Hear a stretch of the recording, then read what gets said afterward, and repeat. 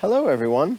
So we've got a little bonus video here, and I apologize it's a little late in coming, but someone in class had asked about kind of representing happiness when we were drawing budget constraints, and I promised an extra video about indifference curves.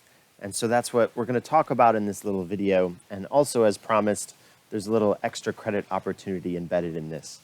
So we were talking about budget constraints, where you talk about the things that you can afford to buy based on prices and how much money you have to work with. Now, let's say, for a wild example, one thing you're interested in are pets.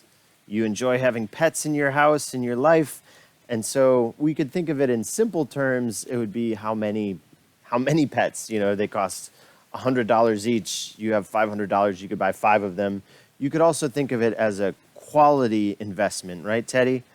So it could be that some dogs are just so awesome that they would be a larger investment. Maybe because they like to eat socks and need to go to the vet, right, Teddy? Let's say something else that you like to buy is cars. Now, again, you could think of buying multiple cars with your budget, or more likely, you know, the bigger your budget, the more quality units of car you're going to get, the nicer car you'll get, right? But so either you could spend all your money on cars and get this many cars, you could spend all your money on pets and get that many pets, or you could buy both, have a mixture of the two, a bundle of goods, and that'll be our budget constraint, right? So that budget constraint shows us combinations of goods, investing in pets and cars that we could get. We're investing a lot in pets and a little in cars, a lot in cars, a little in pets, a mix of the two. Now, we've talked about how with a budget constraint, the line is based on relative prices of the two. So one thing we can say is if prices for, say, cars get more expensive, that's going to pivot our budget constraint, right?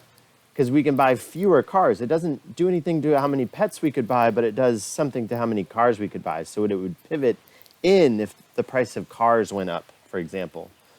Another thing we can say is as we move along this budget constraint, we are looking at the opportunity cost, and we prefer to express that in terms of what we give up in actual stuff. So cars to get more pets, or we're giving up pets to get more cars as we move along that budget constraint. You may recall as well that spots inside here, we can get those, but it's not using all of our resources available, so it's often inefficient to do so. We'll see why today. Things out here are infeasible. We can't get them. So I'm going to draw a curve here. I drew it as kind of an arc. This is called an indifference curve. We often label them with I, so this is maybe I0. It's an indifference curve based on my utility. So how much happiness do I get from having this many pets and that many cars?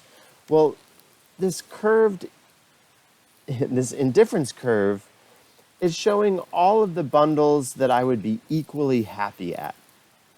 So, you know, I would be happy with pets, I would be happy with cars, I like to have both, and that's why we tend to see this curve shape.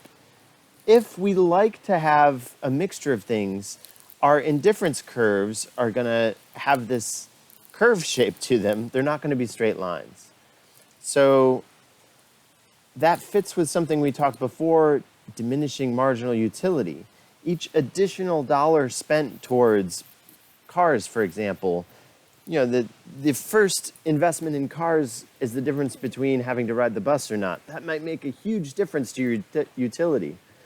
But as we get more and more money toward cars, each dollar is getting us kind of less bang for the buck in terms of the utility we get out of it. Well, there's an infinite number of possible indifference curves here.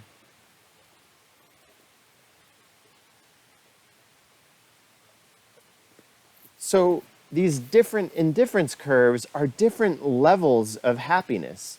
And as we go out, up and to the right, we are getting happier. You're going to a higher indifference curve, getting more utility. More stuff tends to make us happier, right? So moving in this direction is what we want to do. Now the budget constraint shows us what we can do, right? So my extra credit assignment for you, I want you to draw something like this. Draw a budget constraint that has pets and cars on it. Draw indifference curves that are curved and shaped kind of like this. And I want you to mark on here what bundle I should get. What makes me as happy as possible, but it's also feasible. It's something I can actually do. So, I mean, given some pretty big clues here, we want to be moving this direction up and to the right. The higher we go that way, the higher the indifference curves, right? But the budget constraint is showing us what we're able to afford. So we're going to pick a spot that's on the budget constraint that gets us as high an indifference curve as possible. Now you might notice I'm equally happy, say, here. Here's a spot on the budget constraint, right? On this indifference curve, I would be equally happy to be at a spot right there within my budget constraint.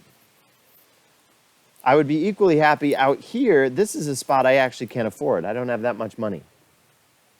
So I would be equally happy with all three of those. One was on the budget constraint, one was infeasible, and one was not using all of my resources.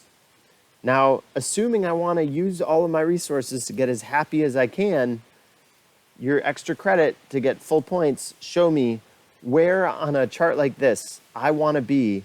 Mark it, I don't know, in a different color if you have one. So pick a spot, put an X on it, okay? So show me that spot where you want to be, where I would want to be if it's mine, where you would want to be if it's your indifference curves we're talking about. And if you need additional help with this, this is one of those topics that, we've talked about budget constraints in the class.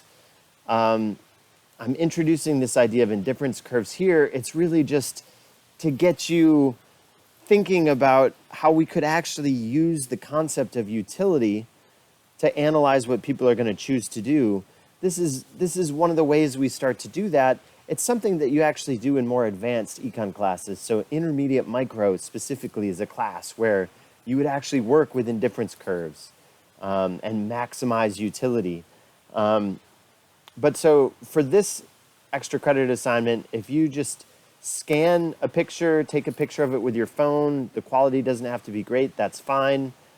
Submit it on Blackboard, and you can get some extra credit points by showing me where on a chart like this you want to be as happy as possible, get as much utility as possible, but in a way that is feasible, in a way that you can actually afford. All right? Thank you, guys.